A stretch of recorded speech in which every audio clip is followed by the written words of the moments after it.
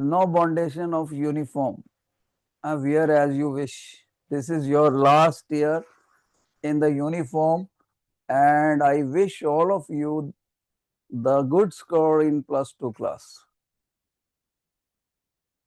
लेकिन बच्चे best wishes के साथ ही एक मैं प्रिकॉशन देना चाहूंगा, मेरा और एवरी टीचर का ये एक्सपीरियंस रहा है कि जो बच्चे from first class onward to +1 onward अच्छे मार्क्स लाते रहे हैं, वो +2 में कई बार कंपार्टमेंट तक ले आते हैं, क्योंकि बोर्ड का एग्जाम होता है। उन्होंने बिल्कुल नहीं देखना एग्जाम पेपर बनाते वक्त कि क्या सिलेबस क्लास में कवर हुआ क्या नहीं हुआ, उन्होंने ओवरऑल सिलेबस में पेपर सेट कर देना। तो कई बार वो बच्चे का पोर्शन वीक होता है और अच्छा बच्चा होने के बावजूद वो सही से अटेम्प्ट नहीं कर पाता पेपर। तो एक इंग्लिश में कहावत है, evil should be nipped in the bud. मतलब अभी सेशन की शुरुआत है, हमने कोई भी अपने अंदर बुराई नहीं आने देनी। फ्रॉम द डे वन हम आर्टिकल को मजबूत करते जाएंगे रिवाइज कर करके, उनको पाइल अप नहीं होने देंगे। ये आज कसम बांध लो इस साल के लिए, वरना ऐसी भी हालत आ जाती है, लेट मी टेल यू, +2 के बाद कि आपका क्लासमेट तो इंजीनियरिंग एडमिशन का फॉर्म भर रहा होता है और आप कंपार्टमेंट +2 का फॉर्म भर रहे होते हैं। बड़ा दर्द होता है फिर कि मेरे साथ बैठने वाला बच्चा कितना आगे निकल गया क्या। इसलिए फ्रॉम द डे वन आपको चौकस रहना है, साथ के साथ अच्छा करना है, अपना आर्टिकल पे पकड़ करना है, रिवाइज करना है। कितने बच्चों को मेरा एडवाइस अच्छा लगा? Please raise your hands. Please raise your hand अगर आपको लगता है हाँ सर हमें ऐसा करना चाहिए। शाबाश, बहुत अच्छे, बहुत अच्छे। इससे पहले भी आप 10th क्लास का बोर्ड का एग्जाम दे चुके हो, लेकिन ये वाला एग्जाम बड़ा हैवी एग्जाम होता है, फाइनल ईयर है स्कूल का, तो बोर्ड इसमें जरा भी नकल वगैरह नहीं चलने देता, ये याद रहे, क्योंकि उन्होंने आगे अच्छी नॉलेज वाले प्रोफेशनल्स बनाने हैं, डिग्री होल्डर्स बनाने। सो फिजिक्स का आप मेरा नाम जानते हो सभी बच्चे बेटे, कोई न्यू एडमिशन हो सकती है, तो आई एम धीरज वशिष्ठ। मैं और आपके स्कूल टीचर मिलकर आपको फिजिक्स सब्जेक्ट में सॉलिड बनाएंगे। एक और मिस्टेक भी बच्चे कर देते हैं, वो क्या करते हैं, तीनों या चारों सब्जेक्टों को बराबर का अटेंशन दे देते हैं। किसको ज्यादा अटेंशन देना चाहिए ये आप अपने +1 के मार्क्स से देखो। जिसके अंदर आपके मिनिमम मार्क्स आ गए हैं उसको ज्यादा अटेंशन देना चाहिए, वो आपकी पकड़ में कम आ रहा है। अब अपने आप चेक कर लो, +1 में इसकी अलग से परसेंटेज, इसकी अलग से परसेंटेज, इसकी अलग से परसेंटेज। जिसकी परसेंटेज मिनिमम है उसको ज्यादा जोर लगाना, ज्यादा टाइम देना। बराबर का टाइम दोगे तो फिर वही गलती करोगे जो +1। ओके, सो बेटे now back to the subject. हमारा फर्स्ट यूनिट है इलेक्ट्रोस्टैटिक्स। बेसिकली ये एक सेक्शन है और इसके अंदर एनसीईआरटी ने 2 चैप्टर बना रखे हैं, ठीक है। चैप्टर 1 जो कि चार्ज के ऊपर लिंक्ड है, चैप्टर 2 ये चार्ज और इलेक्ट्रिक फील्ड के ऊपर लिंक्ड है बेटे, और दूसरे वाला पोटेंशियल एंड कैपेसिटेंस के ऊपर लिंक्ड है।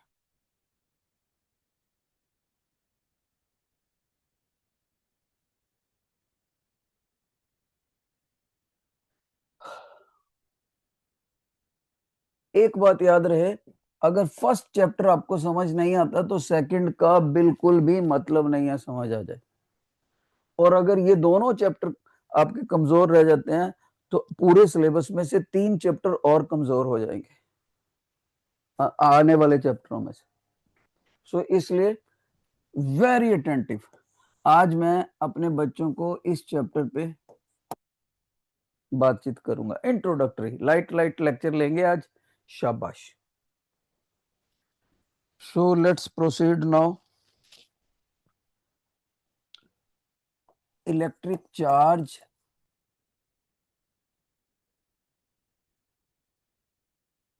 And electric field.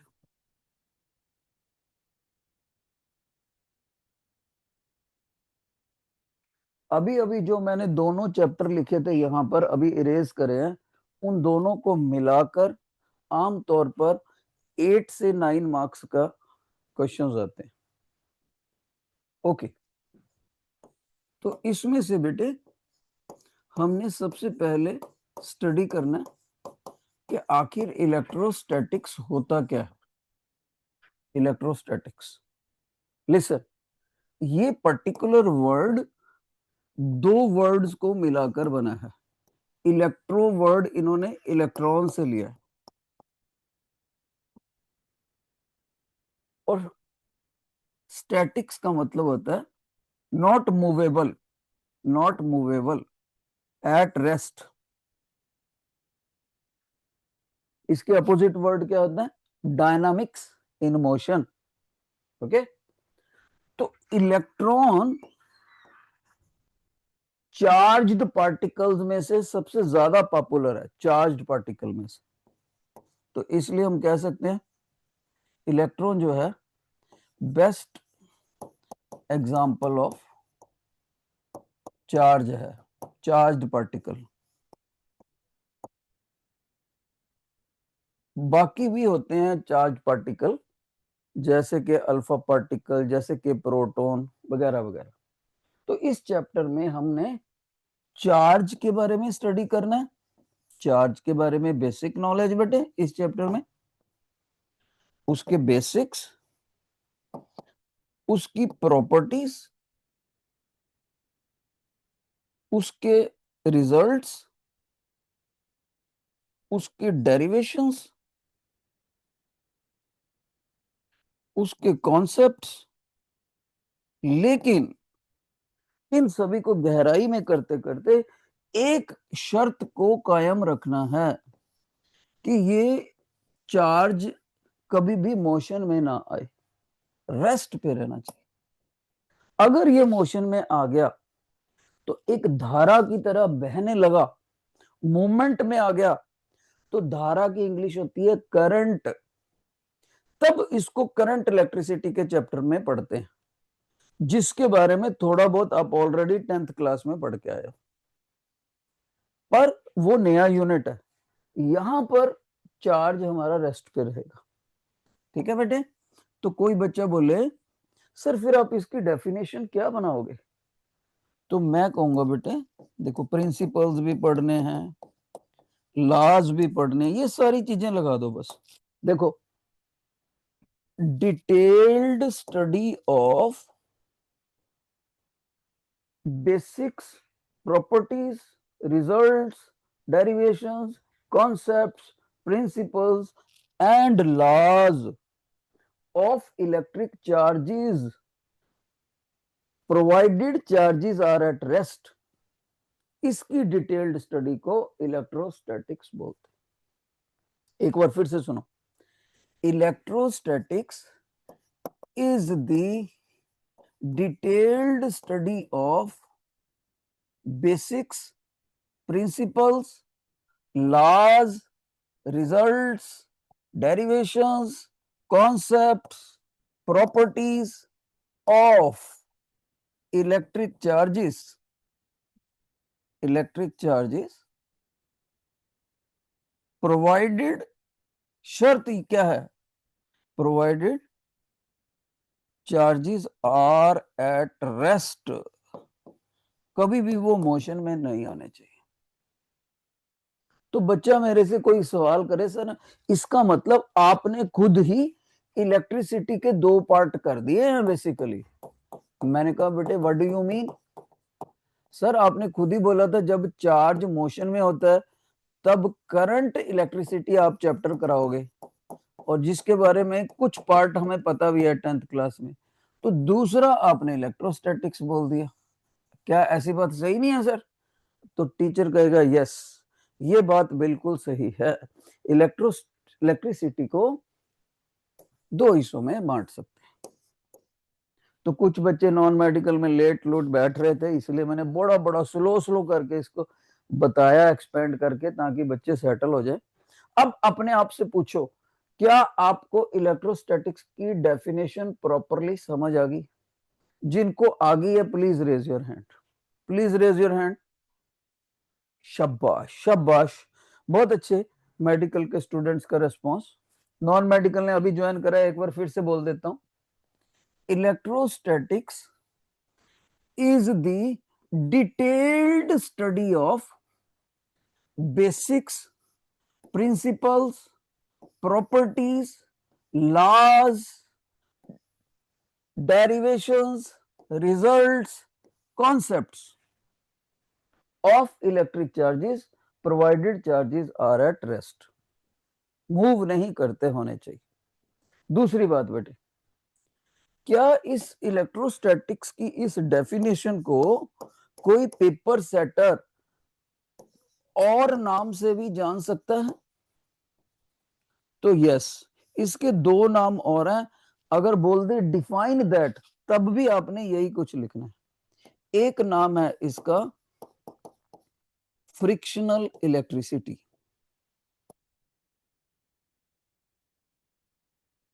और दूसरा नाम है बेटे इसका स्टैटिक इलेक्ट्रिसिटी,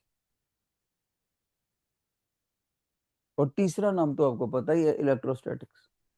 इन तीनों में से एक भी चीज पूछे तो आपने ये बताना। Non medical students please be attentive.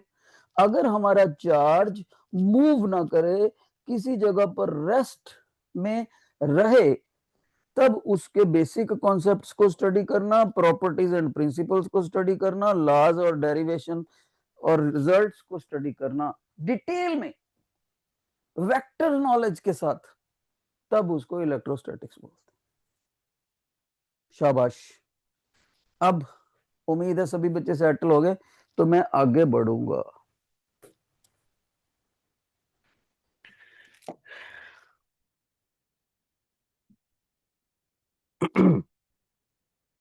लो बेटे, अब हम आगे बढ़ते हैं बेटे। तो जब भी हमने इलेक्ट्रिसिटी पे स्टडी करना हो, तो थ्री बेसिक पार्टिकल्स की हमें पूरी नॉलेज होनी चाहिए। थ्री बेसिक पार्टिकल्स, इसकी नॉलेज कहीं भी काम आ सकती है। कौन से थ्री बेसिक पार्टिकल्स हैं बेटे? उनके नाम क्या हैं? एक का नाम है इलेक्ट्रॉन, एक का नाम प्रोटॉन, एक का नाम न्यूट्रॉन। तो मेरे को पार्टिसिपेट करने की कोशिश करना, आप ईमानदारी से वो बच्चा हाथ खड़ा करना जिसको पता हो। ओके, अगर नहीं पता हो तो कीप योर हैंड्स डाउन। अगर पता हो तो हाथ जरूर खड़ा करना, क्योंकि मैं और आपके टीचर आपका बेसिक से चेक करना चाहते हैं इस टेबल के सहारे, ताकि हमें पता लग जाए हमें रॉ मटेरियल कैसा मिला है और हमने इसको मंजिल तक कैसे पहुंचाना है। कौन कौन बच्चे को इनकी पोलैरिटी पता है बेटे? पोलैरिटी मतलब नेगेटिव या पॉजिटिव चार्ज। शाबाश, रेज योर हैंड। पोलैरिटी तीनों पार्टिकल्स की पता हो तो देख लो सर, या तो ये बच्चे बहुत ज्यादा सुस्त है, या ये मेरा कहना ही नहीं मानते, अपने आप को इतना बड़ा समझते हैं कि उसमें शर्म समझते हैं। शाबाश। अगर पोलैरिटी भी नहीं पता तो गड़बड़ है। नॉन मेडिकल का बड़ा अच्छा रिस्पॉन्स है, बहुत अच्छे। सो मेडिकल के बच्चे नहीं बता सके कि इसमें नेगेटिव चार्ज होता है, इस पे पॉजिटिव होता है, और ये न्यूट्रल होता है, neither negative nor positive. Okay, अब चार्ज के मैग्नीट्यूड की बात करते हैं, चार्ज के मैग्नीट्यूड की। कौन बच्चा बता सकता है इलेक्ट्रॉन पे कितना होता है? शाबाश, ईमानदारी से रेज योर हैंड। आपने कौन सा माइक पे बोलना है, सिर्फ अपने दिल से पूछना है, मेरे को पता है, और रेज योर हैंड। तो नॉन मेडिकल में 3 बच्चों के हाथ खड़े हैं, मेडिकल में 0। 1.6 इंटू 10⁻⁻19 क्यूलम। क्यूलम जो है ना बेटे, वो चार्ज की यूनिट है।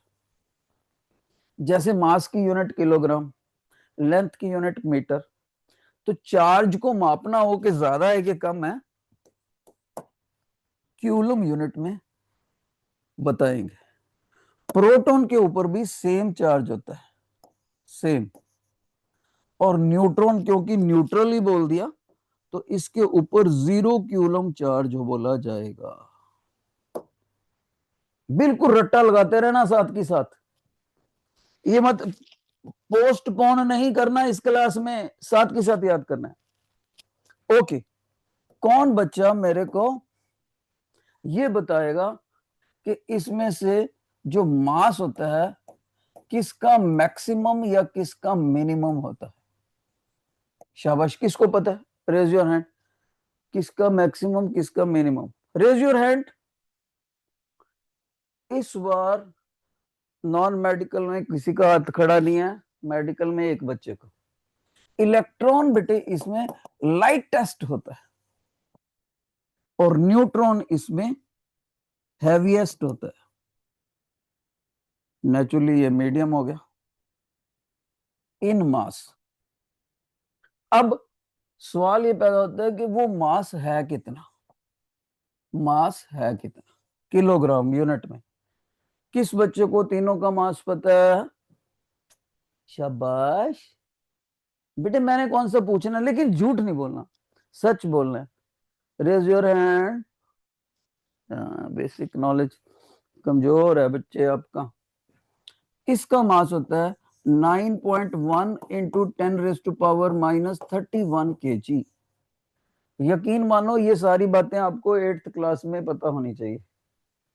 प्रोटॉन का मास है 1.672 इंटू 10⁻⁻27 kg, और न्यूट्रॉन का है 1.675 इंटू 10⁻⁻27 kg। यानी प्रोटॉन और न्यूट्रॉन लगभग बराबर ही। ठीक, नेक्स्ट बेटे,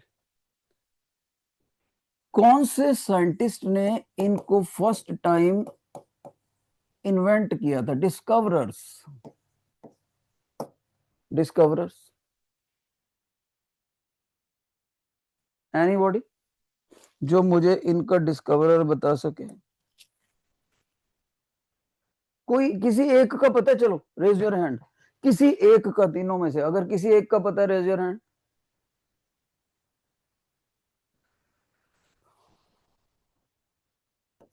इसको करा था जे थॉमसन।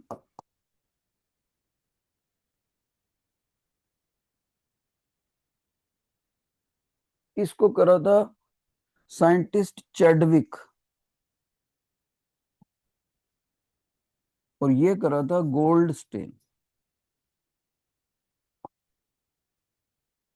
शाबाश बेटे। अब मैं आपको हल्के से 2 मिनट में रुकता हूं, और आपको अपने कैरियर की सौगंध, अभी इसी को याद कर दो, अभी इसी वक्त। नोट हो चाहे ना हो, लेकिन याद अभी हो जाए। शाबाश। और कुछ बच्चे नॉन मेडिकल में मैं देख रहा हूं बड़ी लगन से नोट भी कर रहे हैं, और एक सरदार बच्चा ऐसा है उसने पेन ही नहीं खोला अभी तक। ये तो गलत बात है बेटे, आप रेडी होके तो बैठो कम से कम नोटबुक और पेन के साथ। शाबाश। Basic knowledge of 3 fundamental particles.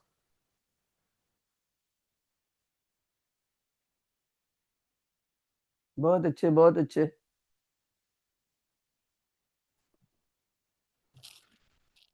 और एक बात याद रखना, जो बच्चा चाहता है कि +2 की फिजिक्स अच्छी सी समझ आ जाए, वो +1 का वेक्टर का सारा चैप्टर रिवाइज कर दो, जल्दी से जल्दी +1 का वेक्टर का सारा चैप्टर आज ही रिवाइज कर देना, जाकर सारे रिजल्ट्स देख लेना, दो दो न्यूमेरिकल देख लेना।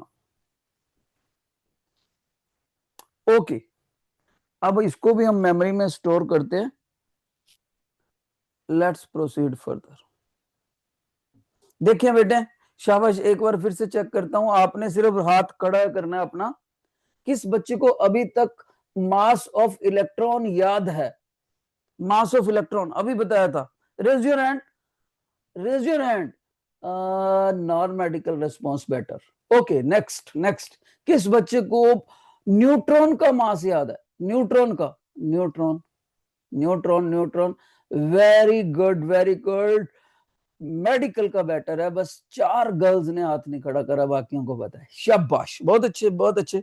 डाउन। किस बच्चे को यह पता है प्रोटॉन का डिस्कवरर कौन था? प्रोटॉन का डिस्कवरर, लेकिन वेरी गुड वेरी गुड। इस बार तो दोनों ही क्लासों का जबरदस्त, दिल करता आकर शाबाश दूं मैं आपको आपकी क्लास में फिजिकली, क्योंकि मेरे को लगता है बच्चे पहले ही दिन से मूड से बैठे हैं कि हमने इस सब्जेक्ट का निचोड़ा निकाल देना, इससे पहले कि ये हमें तंग करे, हम नहीं इसी को तंग करते। Attack is the best defence, correct? Okay बच्चे, अब हमने इसका आर्टिकल वाइज अटैक करेंगे। तो एक टीचर ने वर्ड लिखा चार्ज। याद रखना बेटे, इसके बारे में मैं ये सारा बोर्ड भर दूंगा अभी अभी, तो आपने साथ की साथ याद करना है। ओके, नंबर 1, एवरीबॉडी, नंबर 1 बेटे, चार्ज का सिंबल कैपिटल क्यू भी होता है, स्मॉल क्यू भी होता है, ये इसका सिंबल है। दूसरी बात, इसका जो इंटरनेशनल यूनिट है वो होता है, सी से लिखते हैं क्यूलम, साइंटिस्ट को रेस्पेक्ट दी गई है। एक बात याद रहे, जब साइंटिस्ट का नाम लिखना होता है तो सी कैपिटल करना होता है स्पेलिंग्स में, जब यूनिट का नाम लिखना होता है तो सी को छोटा रखना होता है। ओके, दूसरी बात, ये चार्ज के ऊपर वेक्टर अलजेब्रा लगेगा, वेक्टर अलजेब्रा लगेगा, आप कहोगे नॉट वेल, नॉट एप्लीकेबल। क्यों? क्यों एप्लीकेबल नहीं है? Because charge is a scalar physical quantity, is a scalar physical quantity. मतलब ये हुआ, चार्ज की डायरेक्शन कभी नहीं होगी, इसका मैग्नीट्यूड होएगा 10 कूलम, -3 कूलम, 20 कूलम, लेकिन ऐसे नहीं होएगा 20 कूलम टुवर्ड्स नॉर्थ, ऐसे कभी नहीं होएगा, डायरेक्शन होता ही नहीं। करेक्ट? अगली बात बेटे, चार्ज की पोलैरिटीज बता चुके हैं टीचर, 2 होती हैं, पॉजिटिव एंड नेगेटिव। अगली बात, किसी बच्चे को लगता है कि जिस बॉडी की चार्ज की पोलैरिटी पॉजिटिव है उसमें पॉजिटिव पार्टिकल ही है सिर्फ, ऐसा नहीं है। अगर कोई बॉडी पॉजिटिवली चार्ज है तो इसका मतलब उसके ऊपर टोटल नेगेटिव चार्ज से टोटल पॉजिटिव चार्ज की क्वांटिटी ज्यादा है, यानी डोमिनेटिंग कौन है क्वांटिटी वाइज? Positive charge. अगर कोई बॉडी नेगेटिवली चार्ज है तो उसके ऊपर नेगेटिव चार्ज की क्वांटिटी मात देती है पॉजिटिव चार्ज की टोटल क्वांटिटी को, ये मीनिंग होता है इसका।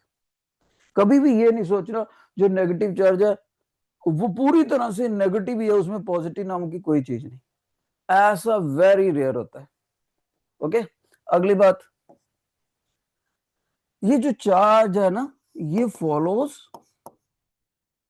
Law of conservation.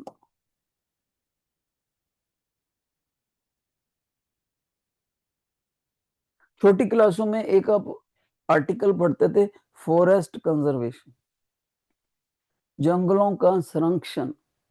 तो कुदरत ने क्या बोला कि जितना मैंने एक बार चार्ज की टोटल क्वांटिटी बना दी वो फिक्स है, उसको चेंज नहीं करूंगी, नेचर कहती है।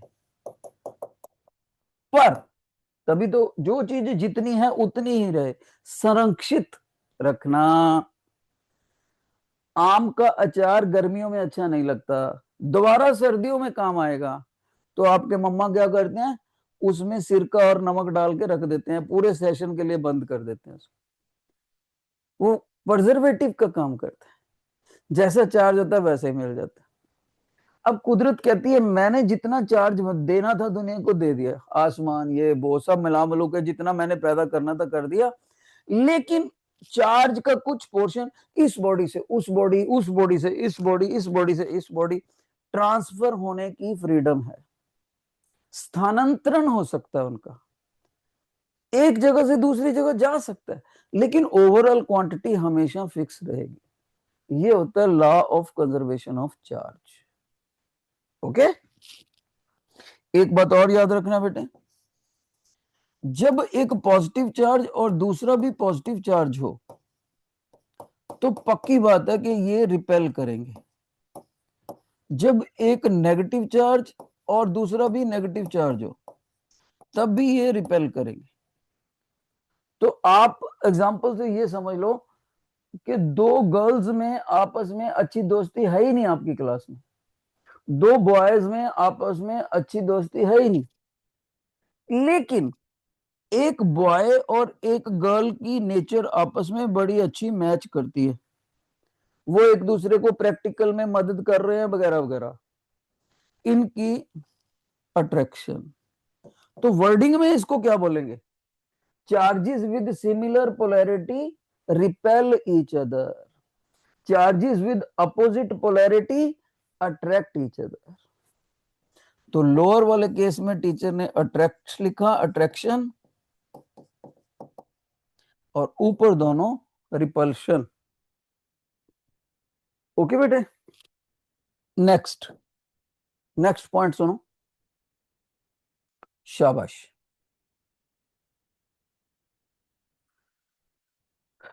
ये एक बॉडी है और ये दूसरी बॉडी है, इन दोनों बॉडीज की नेचर अलग अलग है। Sir what do you mean by nature? भाई एक अगर कांच की बनी हुई है तो दूसरी कंबल हो सकता है, ब्लैंकेट हो सकता है, दोनों का कंस्ट्रक्शन मटेरियल बिल्कुल अलग है। अगर मैं इनको रब करके आपस में रगड़ा करके अलग अलग कर दूं, बच्चा कहेगा सर जैसे मैं घर में कांच लेकर उसमें कंबल ऐसे रगड़ दूं, मैं कहूंगा यस। स्वेटर रगड़ दो, कंबल रगड़ दो, अब इनको अलग अलग कर दो, या प्लास्टिक के कॉम्ब के साथ आप कपड़ा रगड़ दो, नायलॉन का या कुछ और, तो दोनों मटेरियल की जब नेचर अलग अलग होती है तब इनको अलग रब करने के बाद जब अलग अलग करते हैं बेटे, तो ऐसे देखते हैं इन दोनों में से एक दूसरे के इलेक्ट्रॉन छीन के ले जाता है, सारे नहीं कुछ। मान लीजिए इलेक्ट्रॉन ए से बी की तरफ चले गए फॉर एग्जांपल, अब किसी बच्चे के माइंड में आ सकता है सर बी से ए की तरफ क्यों नहीं आए, उसकी बात थोड़ी सी बाद में करते हैं। मान लीजिए ए से बी की तरफ इलेक्ट्रॉन चले गए, तो जो चीज इलेक्ट्रॉन स्नैच कर लेती है दूसरे के, उसके ऊपर नेगेटिव चार्ज आ जाता है, जो इलेक्ट्रॉन छोड़ती है उसके ऊपर पॉजिटिव चार्ज आ जाता है। अब ऐसे समझ सकते हो, जो बंदा दूसरे को मोबाइल छीन के ले गया तो वो अवगुण तो उसमें आ ही गए, वो तो चोर बन ही गया, अवगुण आगे तो नेगेटिव है। जो बंदा अपने मोबाइल के छीने जाने के बाद, मोबाइल फोन के छीने जाने के बाद भी सरल बैठा है, संत की तरह, महात्मा की तरह, ले गया तो ले गया, कोई और वक्त दे जाएगा, इतना सरल है, वो पॉजिटिव रहता है, खुश। तो याद रखना, इलेक्ट्रॉन को स्नैच करने वाला नेगेटिवली चार्ज और इलेक्ट्रॉन छोड़ने वाला पॉजिटिव चार्ज। और एक और खास बात, जितना पॉजिटिव चार्ज इधर होगा और जितना नेगेटिव चार्ज इधर होगा, दोनों का मैग्नीट्यूड बराबर होगा। अगर एक प्लस 10 कूलम है तो दूसरा माइनस 10 कूलम होगा। अगली बात बेटे, ये जो चीज मैंने करी, रब करके अलग अलग कर दिया, फिर चार्ज पैदा हो गए, इसीलिए इलेक्ट्रोस्टैटिक्स को फ्रिक्शनल इलेक्ट्रिसिटी बोलते हैं।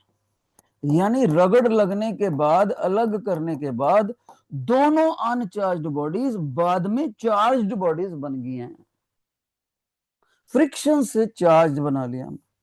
अगली बात बेटे, योर अटेंशन,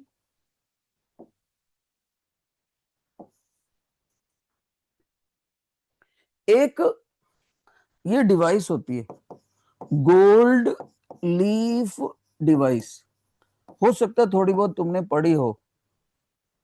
इस डिवाइस का चार्ज से क्या लिंक है? ये एक ऐसी डिवाइस है, ध्यान से सुनो बेटा, इधर उधर मत देखो, पहला लेक्चर है, पूरा चैप्टर वीक हो जाएगा, फिर ना कहना मेरे को, पूरा चैप्टर। ये एक ऐसी डिवाइस है जो दो काम करने में हमारी मदद करती है। एक, ये हमें बता देती है कि कोई बॉडी चार्ज्ड है या अनचार्ज्ड है, चार्ज्ड या अनचार्ज्ड, उसको बता देती है, क्योंकि चार्ज कोई दिखाई तो देता नहीं, इसकी तो जजमेंट करनी पड़ती है। मान लो मेरे पास ये मार्कर है और मैंने इसको इंसुलेटिंग ग्लव्स डाल के पकड़ा हुआ है, तो क्या ये पॉजिटिवली चार्ज या नेगेटिव चार्ज में से दोनों में से कोई है, या इस वक्त न्यूट्रल है, इससे पता कर सकता हूं। दूसरा इसका काम है, ये हमें ये भी प्रूफ कर देता है एक्सपेरिमेंटली कि similar charges repel each other. क्या प्रूव कर देता है? Similar charges repel each other, ये हमें बता देता है बेटा। एक बार फास्ट ओवरव्यू करो, अभी मैंने और भी लिखनी है चीजें, फास्ट ओवरव्यूज देखो, मैंने कलर अलग अलग रखा है बेटर विजिबिलिटी के लिए। शाबाश, ओवरव्यू कर दो एक बार। ओके, आगे बढ़ते हैं, ध्यान से सुनना बेटे। अगर किसी बॉडी के पास इतने इलेक्ट्रॉन हैं, मान लीजिए उसके पास सिर्फ इलेक्ट्रॉन ही है और कोई पार्टिकल है ही नहीं, और मैं आपसे पूछ लूं कि उसके ऊपर टोटल चार्ज कितना है, टोटल चार्ज कितना, इलेक्ट्रॉन्स की गिनती मैंने बता दी, मान लीजिए 100 बता दी, तो आप क्या करोगे, नंबर ऑफ इलेक्ट्रॉन्स को चार्ज ऑन वन इलेक्ट्रॉन से मल्टीप्लाई कर दोगे और बोलोगे सर इतने इलेक्ट्रॉन, इतना चार्ज है, और इस ई की वैल्यू आपको charge on one electron 1.6 into 10⁻⁹ coulomb बता चुका। एक बच्चा कहता है सर आपने इलेक्ट्रॉन पे नेगेटिव बताया था, तो 1.6 के आगे यहां नेगेटिव नहीं लगाना, आपने नहीं लगाना, वो सिर्फ पोलैरिटी आपको पता होनी चाहिए, कैलकुलेशंस में आपने चार्ज की पोलैरिटी नहीं पुट करनी। प्रोटॉन होता तो भी इतना ही चार्ज पुट करना है, इलेक्ट्रॉन हो तो भी। अब यहां पर टीचर एक खास बात बताना चाहता है, ये जो एन है ना बेटे, ये हमेशा ही एक नेचुरल नंबर है, कभी भी फ्रैक्शन नहीं हो सकता। ये नंबर ऑफ इलेक्ट्रॉन 7.8 नहीं हो सकता, 10.2 नहीं हो सकता, ये 10 होएगा या 11 होएगा या 7 होएगा या 8 होएगा, इंटीजर होएगा पूरा, वो भी नेचुरल। यानी ये बिल्कुल ऐसी बात हुई, ध्यान से सुनना। अब एक दुकान में एक छोटा बच्चा आया, अंकल एक बिस्कुटों का पैकेट दे दो, पैकेट है 10 रुपए का, दुकानदार 10 रुपए लेता है, पैकेट पकड़ा, ले लो बेटे। बच्चा एक और 10 रुपए देता है, ये लो बेटे एक और पैकेट। अब बच्चा 5 रुपए देता है, अंकल आधा पैकेट दे दो, तो दुकानदार नहीं देता, वो कहता है बेटे ये तो एक पैकेट है, ये तो एक क्वांटा है, क्वांटा मैंने पैकेट, लेना पड़ेगा फुल, काट के नहीं दूंगा। मम्मा से 5 रुपए और लेकर आओ, 10 रुपए बनाओ, तो मैं एक नया पैकेट दे सकता हूं। तो याद रखना, जब भी चार्ज एक बॉडी से दूसरी की तरफ ट्रांसफर करता है तो नेचुरली एन जो है वो इंटीजर रहेगा, कभी भी फ्रैक्शन नहीं बनेगा। एक पूरे का पूरा पैकेट ट्रांसफर होएगा, इतना एक पैकेट में इतना चार्ज, या इससे दुगना या ट्रिपल या 4 टाइम्स। इसलिए चार्ज जब भी ट्रांसफर करता है एक बॉडी से दूसरी बॉडी, तो इतना पैकेट तो लेकर ही जाता है, इसकी फ्रैक्शन नहीं हो सकती। या इसका 1/3 कह दो आप, 2/3 कह दो, ऐसे नहीं। चार्ज की इस गुण को बोलते हैं, पैकेट की इंग्लिश होती है quanta, quantization of charge, quantization of charge. ठीक है बेटे। और एक बात, एक बच्चा बोलता है सर, मान लीजिए एक बॉडी एक्स है और उसने आपने उसको वाई के साथ रब करा, तो वाई के ऊपर नेगेटिव चार्ज आ गया, एक्स के ऊपर पॉजिटिव आ गया, तो इलेक्ट्रॉन इधर से इधर गए होंगे।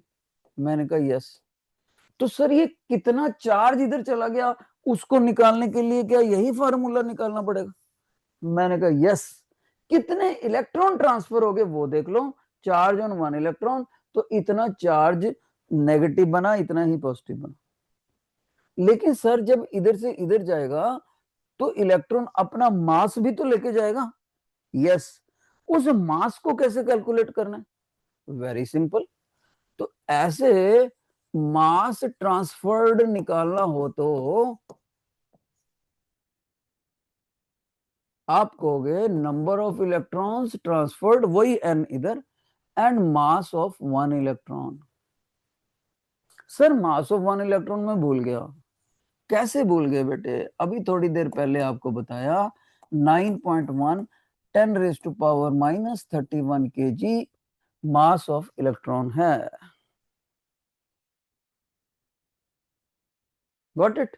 तो मास ट्रांसफर ऐसे निकालना है, चार्ज ट्रांसफर ऐसे निकालना है। कई क्वेश्चन ऐसे आते हैं जहां इस एन को यहां से निकाल के, इस एन को यहां से निकाल के आपस में इक्वेट करना पड़ता है। इक्वेट, तो न्यूमेरिकल सॉल्व हो जाते हैं। Got it?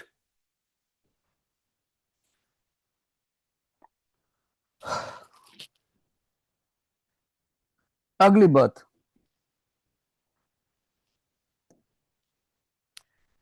अगर कोई बच्चा बोले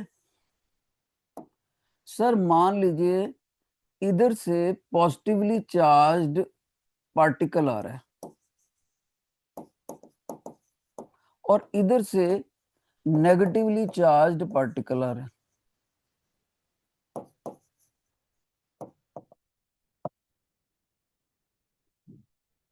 और ये दोनों पार्टिकल आपस में बराबर का चार्ज लाते हैं, मिक्स हो जाते हैं, और बाद में ये एक न्यूट्रल पार्टिकल बन जाते हैं। तो आप इसमें चार्ज कौन सा बचा? मैंने कहा कोई भी नहीं बचा। अगर इक्वल चार्ज आपस में मिक्स होंगे तो कोई भी चार्ज नहीं बचेगा। दोनों ने एक दूसरे को तबाह कर दिया। तबाह करने की इंग्लिश होती है एनहिलेशन। तो ये प्रोसेस क्या हो गया? ANNHILATION, annihilation. तो मैंने आपको बोला था पूरा बोर्ड भर दिया जाएगा। सो बेटे देखो कितने सारे एरो निकले हैं, 1 2 3, लगभग 8 9 तो होंगे। तो आप एक बार काउंट करो अपने आप को। शाबाश। जो चीज नहीं समझ आई ना आपको, मान लीजिए किसी बच्चे को थर्ड पॉइंट नहीं समझ आया, तो बच्चा वो क्लास में 3 फिंगर्स खड़ी कर दे, मैं उसको दोबारा बताऊंगा। शाबाश, एक बार क्रॉस चेक करो। 1 2, जो नहीं समझ आया उतनी फिंगर्स खड़ी कर देना। 6 7 8 9, और ये हो गया 10। अब 11 फिंगर्स पता नहीं आपने कैसे खड़ी करनी। शाबाश। जिसको कोई पॉइंट नहीं समझ आया उसका सीरियल नंबर देखकर उतनी फिंगर्स खड़ी कर दो अपने हाथ की, मैं वो दोबारा बताऊंगा। Good job. कोई भी नहीं कर रहा, इसका मतलब ये आसान वाला आर्टिकल आपको समझ आ गया। जिन बच्चों को समझ आ गया बेटे, उनको टीचर को फीडबैक देनी चाहिए। एक बार हैंड वेव करके दिखा दो, शाबाश। वेव योर हैंड अगर आपको वाकई समझ आ गया। कसम है, अगर आपका समझ आ गया और आपने इतना भी ना करा टीचर के लिए, ओके, बहुत अच्छे, बहुत अच्छे। असल में हमने देखना होता है भाई, थैंक यू, थैंक यू। असल में हमने देखना होता है कि सक्सेसफुल ट्रांसफर ऑफ नॉलेज हो रहा है या नहीं हो रहा। बहुत अच्छे बेटे, इसको भी मेमोरी टूल में डाल देते हैं। ये लो, एक बार फिर से देखें क्या क्या हमने देखा था। इंट्रोडक्टरी लेक्चर में टीचर ने आपको सिर्फ इलेक्ट्रोस्टैटिक्स का डेफिनेशन बताया। उसके बाद टीचर ने आपको तीन फंडामेंटल पार्टिकल्स का डाटा लिखाया। जो भी इसमें आपका कमजोर है, एक बार दोबारा देख लो। उसके बाद फर्स्ट आर्टिकल कराया, कौन सा बेटे? Charge and its properties. इस आर्टिकल का क्या नाम बनना चाहिए? Charge and its properties.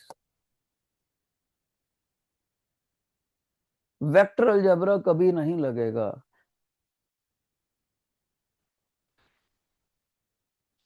Okay, अब हम आगे बढ़ेंगे।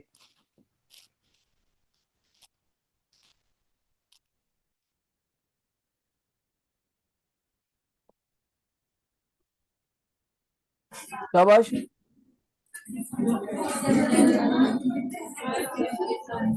सर सर टाइम हो गया। ओके। Okay sir, okay. तो सरदार, मेरे दोस्त सरदार साहब कह रहे हैं कि आज इतना ही हो पाएगा, तो बेटे अगली बार हम करेंगे बाकी का, ठीक है? Bye bye, thank you.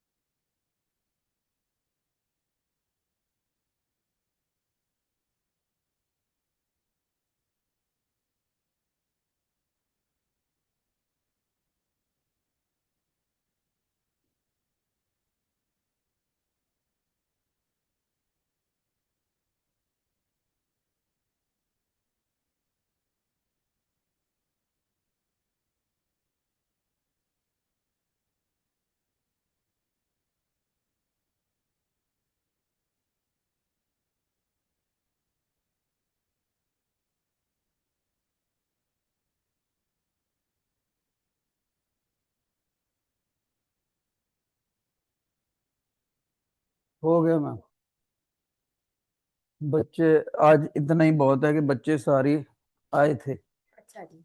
Full percentage. मस्त सच्ची, मैं आपकी बात सुन रही थी तो मैं उसके बाद में आज तुम्हारा कैसा रहा? बढ़िया। लिख दिया पार्टिसिपेट? नहीं नहीं नहीं नहीं, अभी नहीं की बस।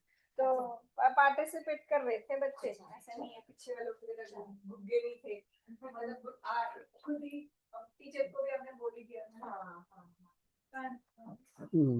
मेरे को भी आज ठीक मिला रिस्पॉन्स। बच्चे मतलब थोड़ा मोटिवेट करा पहले 10 मिनट में